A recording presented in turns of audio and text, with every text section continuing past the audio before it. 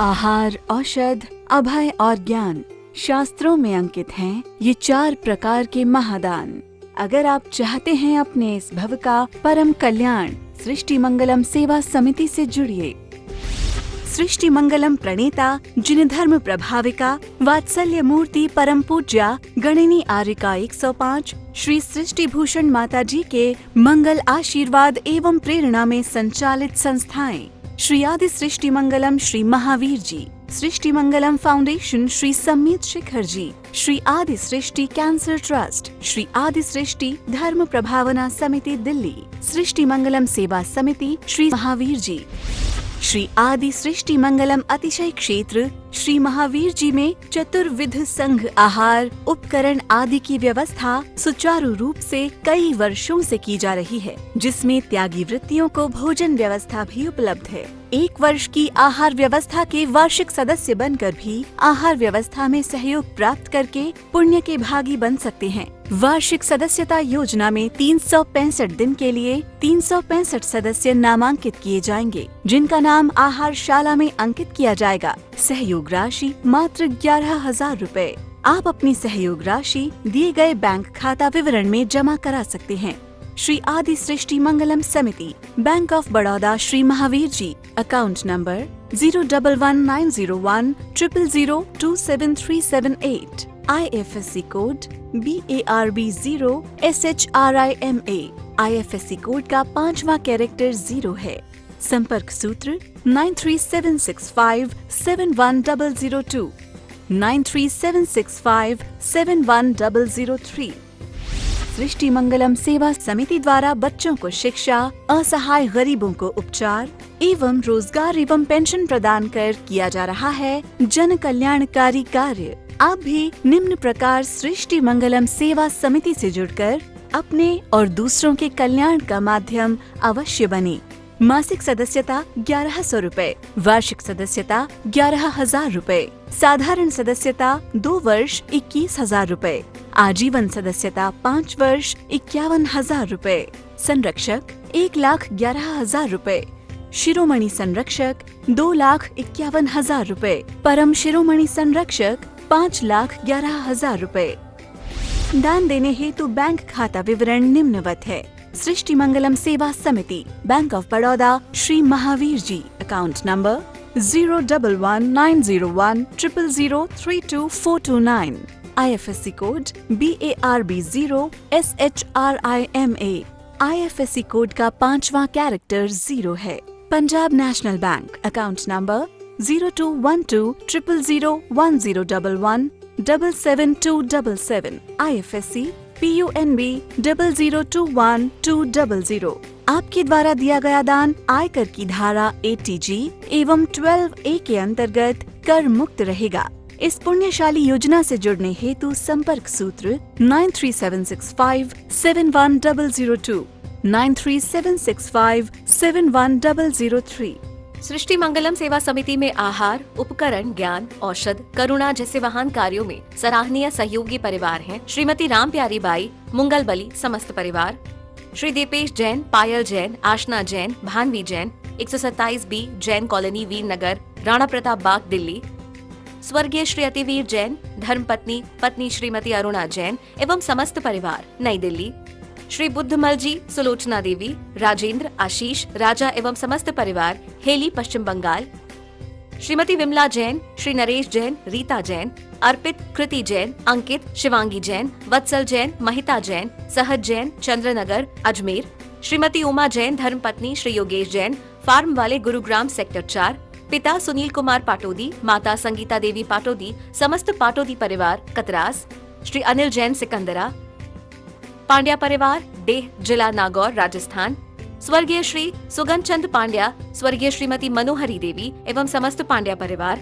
श्री अशोक कुमार अजमेरा, श्रीमती चित्रा अजमेरा एवं समस्त अजमेरा परिवार, बैरागढ़, भोपाल, श्रीमती शारदा ओम प्रकाश जायसवाल जैन, इंजीनियर राजीव रंजना जैन, पुत्र एवं पुत्रवधू डॉक्टर अश्विनी जैन, इति जैन, पोता पोती दीपिका, दिव्यांशु, दृशा जैन, आगरा, NC जैन, श्रीमती संतोष देवी जैन एवं समस्त परिवार, ब्रिज विहार, पीतमपुरा, दिल्ली।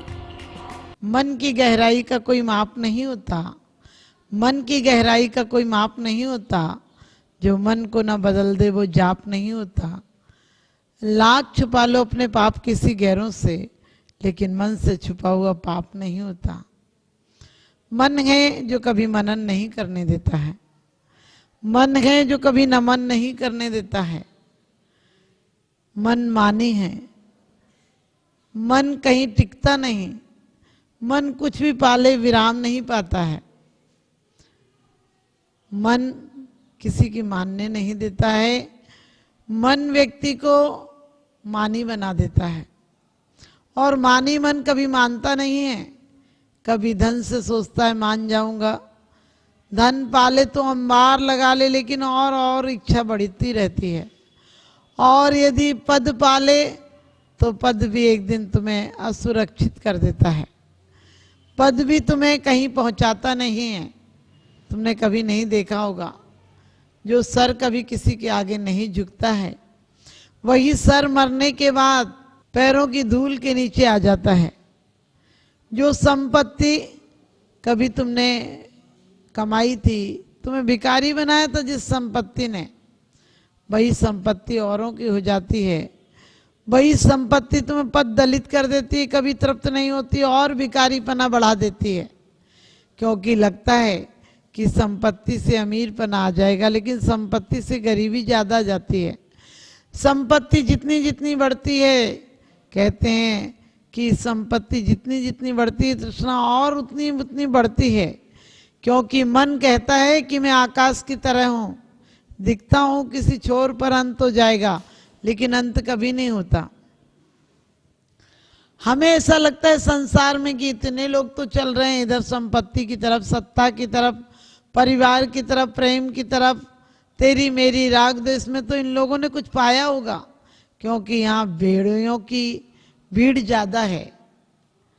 भीड़ में से कोई एकाध बुद्ध, महावीर, राम होते हैं जो मन की नहीं मानते हैं, जो मन को अपने अनुसार मनाते हैं, जो मन की पीड़ा को नहीं सहते हैं, मन के मालिक बन जाते हैं, मन के सम्राट होते हैं। इसीलिए कहा भी है कि जो इच्छाओं का दास है वो जग का दास है, और जिसकी इच्छाएं दास हैं वो समझो दुनिया पर राज करता है, उसका दुनिया पर राज है। वो एक बहुत बड़ा आदमी होता है। नानक के पिता ने भी अपने बेटे को कहा, बेटा व्यापार कर, कुछ लाभ लाएगा तो तेरा जीवन शुभ हो जाएगा, तेरा जीवन आनंद मंगलमय हो जाएगा। उन्हें कई बार कहा कि कुछ व्यापार करो, कुछ व्यापार करो, लेकिन वो थे कि कभी भी संतों के पास बैठ जाते, कभी भी अपने आप में मस्त रहते। आपने देखा होगा धनी व्यक्ति, अभिमानी व्यक्ति व्यस्त बहुत रहता है, लेकिन स्वस्थ नहीं रहता है। व्यस्त बहुत रहता है, दौड़ लगाता रहता है, कहीं जाएगा हर जगह बेचैन रहता है। घर जाए तो दुकान की याद आती, दुकान जाए तो मंदिर की याद आती है। वह इतना व्यस्त रहता है मन, जो कि एक फल को चैन नहीं पाता है। कहीं बस कहीं चला जाऊं, कुछ हो जाऊं, क्या हो जाऊं, जीवन भर कुछ होने के चक्कर में कुछ भी नहीं हो पाता है। और संत होते हैं जो मन की नहीं मानते, मन को मनाते हैं, उनके पास भी मन होता है, लेकिन वो मन से वो श्रेष्ठ खरीदते हैं, मन से वो लेते हैं जो कि जीवन में इस जीवन को और परलोक को स्वतंत्र और स्वाधीन बनाता है। और अज्ञानी व्यक्ति मन से वो चीजें लेता है जो इस जीवन में और परलोक में उसको पतन कराते हैं। मन की मानोगे तो नरक ले जाएगा, और मन को मनाओगे तो स्वर्ग ले जाएगा। क्योंकि हमारे हर त्यागियों के पास मन था, लेकिन उन्होंने मन को मंदिर बना दिया। और कुछ अज्ञानियों के पास मन था, लेकिन उन्होंने मन को मदिरालय बना दिया। कभी शराब की नशा, कभी पद की नशा, कभी दौलत की नशा, कभी परिवार का नशा। नशा मिटता नहीं है, और नशे में आदमी नस नस का हो जाता है, दुबला हो जाता है, रूखा हो जाता है, व्यवहारहीन हो जाता है। एक भिखारी आया सेठ की दुकान पर और कहा, सेठ भिक्षा दे दो। सेठ ने कहा, शर्म नहीं आती है, कोई मेहनत मजूरी कर लिया कर। उसने कहा, सेठ जी आपने कभी भीख मांगी है? उसने कहा नहीं। तो कहने लगे, ये बहुत मेहनत का काम है, मांग कर देखो तब पता चलेगा। लेकिन आदमी ऐसा है, भिखारी को पैसे नहीं देता है, दया भाव से नहीं देता है, करुणा भाव से नहीं देता है। वो तो इसलिए देता है, उस वहां भी उसका मानी मन कहता है कि तुम दो, लोग तुम्हें दानी कहेंगे, लोग तुम्हें बहुत बड़ा आदमी समझेंगे, लोग तुम्हें धर्मात्मा समझेंगे, और भिखारी भी तुम्हारे मन की पीड़ा जानता है। इसलिए भिखारी तुम्हें अकेले में बिल्कुल नहीं छेड़ता है, वह चार लोगों के बीच में कहता है लाओ कुछ दो, क्योंकि उसे पता है चार लोगों के बीच में तुम उसकी सहायता करने को नहीं दोगे, तुम अपने अभिमान को पुष्ट करने के लिए दोगे। कभी कभी लोग कहते हैं हमारे अंदर तो नम्रता है, आपने हम में कभी घमंड नहीं देखा होगा। वो नम्रता नहीं, वो भी घमंड बोल रहा है उसके में। हमारे अंदर कुछ है, ये हम किसी को क्यों जताना चाहते हैं, उसके द्वारा भी हम अपने अहम की पुष्टि करना चाहते हैं। हमारे अंदर क्या है ये हम जानते हैं, क्योंकि नानक के पिताजी ने जब कहा कि बेटा कुछ व्यापार करो, कुछ सीखो, कुछ कमा कर लाओगे, सर्दियों का समय, कंबल खरीद लाओ पास के गांव से, और उन्हें कुछ पैसे दिए, कुछ रुपए दिए, कोई 2000 रुपये दिए, और कहा कि बेटा सस्ती का जमाना था, 50 रुपए में कंबल आ जाता था, 10 रुपए में भी कंबल सस्ते वाले आ जाते थे। जब पैसे दिए और कंबल लाने को कहा कि जाओ लेकर आओ, किसी गांव में कंबल अच्छे मिलते हैं और उस गांव से कंबल ले आओ, व्यापार होगा, थोड़ा सा लाभ होगा, धन जोड़ना सीखोगे। तो कहते हैं वो 1 महीने बाद तो लौटे वहां से कंबल के, जहाँ लेने भेजा था पिता ने, और लेकर कंबल तो नहीं आए और पैसे भी नहीं लाए, और खाली आता है और ऐसे आनंदित होकर आए जैसे बड़ा व्यापार करके आए हो। पिताजी ने कहा क्या लाए हो, कहने लगे लाया हूँ। कहने लगे क्या लाए, दिखता तो है नहीं, पैसे कहाँ हैं? बोले वो तो दे आया।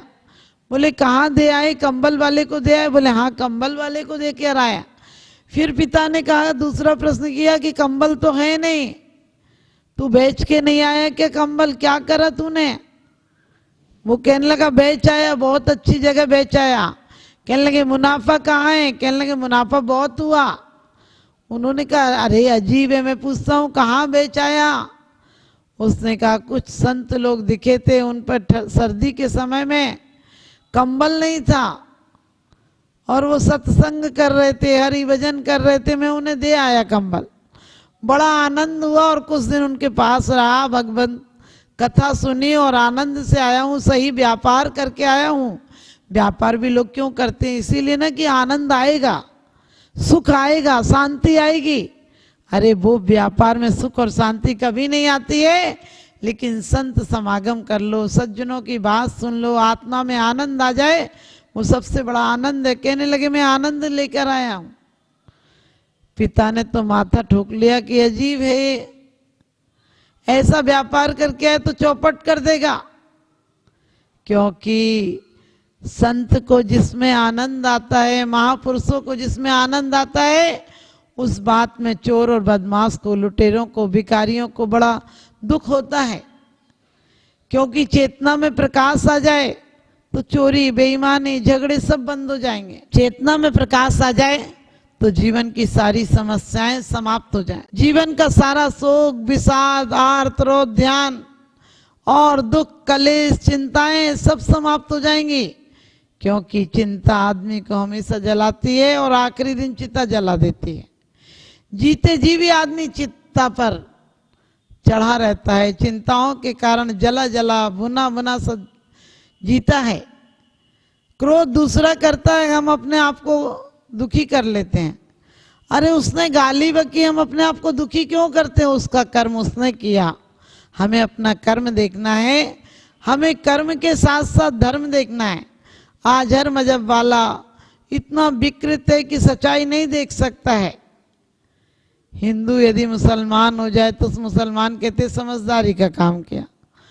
यदि मुसलमान हिंदू हो जाए तो वही मुसलमान कहता है काफिर हो गया, गद्दार हो गया, बेवकूफ है, अपने धर्म को छोड़ दिया, जहन्नुम जाएगा।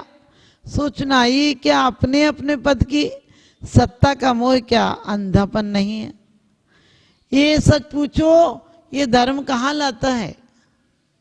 ये धर्म नहीं लाता है। तो ऐसे हो गया कि अपने पैर तो ठीक नहीं कराता है और दूसरे लोगों को दोष देता है। अपने कपड़े तो सही नहीं बनवाता है, दर्जी को दोष देता है, नाप देते टाइम ही गलत आ जाता है। और कभी कभी हमें दर्जी भी ऐसे मिल जाते हैं। एक बार एक व्यक्ति हाथ को सिकोड़े हुए था, पैर थोड़ा ऊंचा किए हुआ था।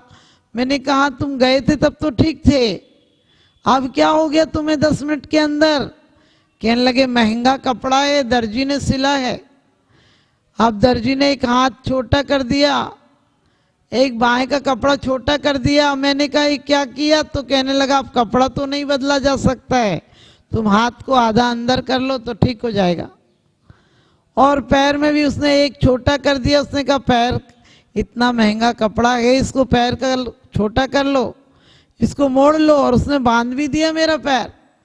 अब मैं एक पैर से चल रहा हूं। ऐसी हालत हर इंसान की हो गई, अपने मन को बड़ा नहीं करता, अपने मन को छोटा कर रहा है।